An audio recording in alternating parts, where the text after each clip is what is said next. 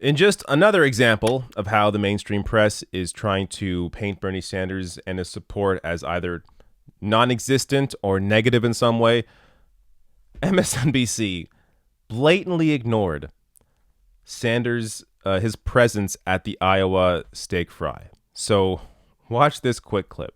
But, oh, yes, there are the 17 Democratic contenders attending what's being called, as mentioned, Iowa's largest Polk City steak fry. You'll notice they call it a steak fry, though they grill the steaks. More on that in a bit. Each candidate gets 10 minutes to try to get folks to put down their knives. And the crucial state will hold its Democratic caucus in just 6 months. Did you catch that? Look at that screenshot. Who's missing from this picture? Bernie Sanders. The candidate that is consistently polling in the top three, and in most cases polling first or second, isn't on screen when they're talking about the Iowa steak fry. This is unbelievable. I mean, it can't get more blatant than this. And it's one thing if this was just like an offshoot. Oh, this is just, one random example. This doesn't normally happen. No, it's consistent with how they cover Bernie Sanders. Oftentimes, instead of discussing him at all, they just ignore him. And when they show polls, oftentimes when they show polls, especially MSNBC does this, even if Bernie is, say, second in a poll, they'll show him on the list as third or fourth, even though he's higher in the list. But because of the way that people consume images, it appears that Bernie Sanders is actually lower on the list than he actually is in the poll.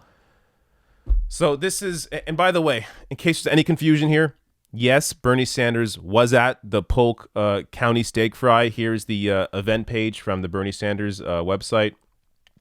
So it was he was making his appearance at 1:45 p.m. on Saturday. And here's an image of him at the steak fry from Axios. So he was there. One of the most high-profile candidates in the race at the steak fry. Not even on screen when they're talking about it. And as Luke Savage points out here, at least 3 of the candidates pictured above have polled between 0 to 3%, and 3% is generous. Several more, despite absolutely effusive coverage, probably won't make it beyond Iowa. And he adds here, why am I even bothering to type this? Yeah. You can tell that we're all tired. We're all tired of this BS. This is constant. I mean, I have a video on Nate Silver, very similar in his analysis of Bernie Sanders, just completely dismissive of him.